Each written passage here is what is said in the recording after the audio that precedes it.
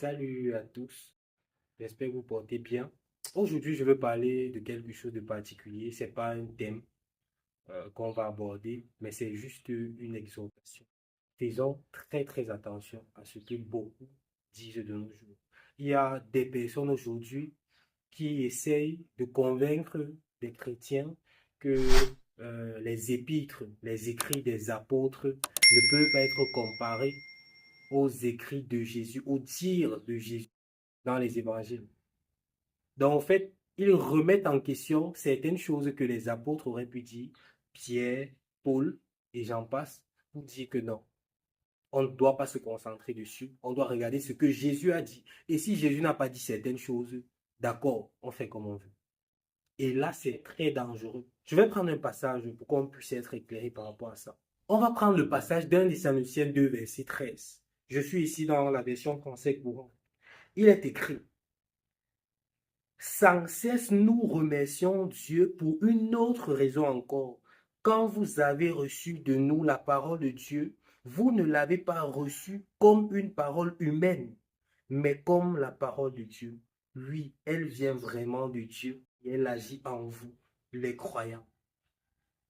Paul est en train de dire ici aux Thessaloniciens, vous avez reçu les lettres que je vous envoie, les paroles que nous vous donnons, pas comme la parole des hommes. Donc c'est pour dire quoi ici? C'est pour dire ici que les Thessaloniciens ne prenaient pas les paroles des apôtres comme étant des paroles des hommes, mais comme étant des paroles venant de Dieu. Parce qu'ils étaient inspirés par l'Esprit. D'ailleurs, dans l'église primitive, dans Actes, qu'est-ce qui se passe? Ce qui se passe, c'est que les premiers croyants étaient enseignés par les apôtres. Il y a même un passage biblique qui le dit, on va ouvrir le passage. Voilà. Acte 2, verset 42, il est dit, régulièrement et fidèlement, les croyants écoutent l'enseignement des apôtres. Ils vivent comme des frères et des sœurs. Ils partagent le pain et ils prient ensemble. Ils écoutent l'enseignement des apôtres, mais ils ne l'écoutaient pas comme étant des paroles des hommes. Comme aujourd'hui, des personnes veulent prendre les épîtres comme étant des paroles des hommes. Non, ils écoutaient ça comme étant la parole de Dieu parce que c'était inspiré par l'Esprit de Dieu. D'ailleurs, Jésus avait dit lui-même aux apôtres que l'Esprit viendra et va les amener dans toute la vérité, va les amener à comprendre beaucoup de choses qu'ils n'avaient pas encore compris. Nous avons aussi le passage d'Éphésiens 2, verset 20, où il est dit ceci: vous êtes devenus la maison qui a pour fondation les apôtres et les prophètes. La pierre principale, c'est le Christ Jésus lui-même, qui a pour fondation les apôtres et les prophètes. Ici, on n'est pas en train de dire que les apôtres étaient comme un Dieu pour les chrétiens, non, ou bien son nom.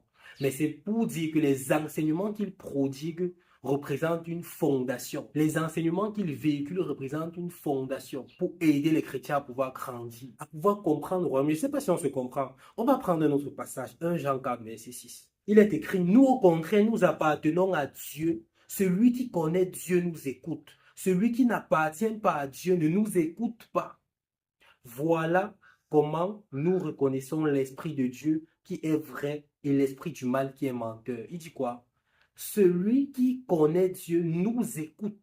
Celui qui n'appartient pas à Dieu ne nous écoute pas. Donc les personnes qui ne veulent pas écouter les épîtres, les écrits des apôtres, il y a problème. Et il y a aussi quelque chose qu'il faut comprendre, c'est que ce n'est pas aujourd'hui que les gens commencent à contredire ce que les apôtres ont écrit, les lettres qu'ils ont envoyées aux différentes églises. Non. Même déjà à l'époque des apôtres, Paul, Pierre et les autres, ils contredisaient déjà leurs paroles. Les chrétiens déjà dans la communauté contredisaient déjà ce que les apôtres disaient. D'ailleurs, il est dit dans 2 Pierre 3, 2 Pierre 3 à partir du verset 16, il est dit ceci. C'est ce qu'il écrit dans toutes ses lettres quand il parle de ce sujet. C'est Paul, hein? Pierre parle ici de Paul. Il dit quand il parle de ce sujet, il y a des passages difficiles à comprendre. Alors les gens qui sont ignorants, suivons très bien, les gens qui sont ignorants et sans formation en changent le sens. Ils font d'ailleurs la même chose avec d'autres passages des livres saints. En agissant ainsi, ils se détruisent eux-mêmes. C'est Pierre qui dit que Paul, il enseigne des profondeurs, mais il y a des personnes qui tordent le sens de ses écrits, qui tordent le sens de ses lettres, qui disent que non, Paul a écrit telle chose, il voulait dire ceci, alors que ce n'est pas ce que Paul voulait dire. Donc Pierre ici est en train de légitimer les enseignements de Paul Et il est en train de dire qu'il y a des personnes à son époux, à leur époux, qui contredisent Paul. Donc, c'est par là que nous allons terminer.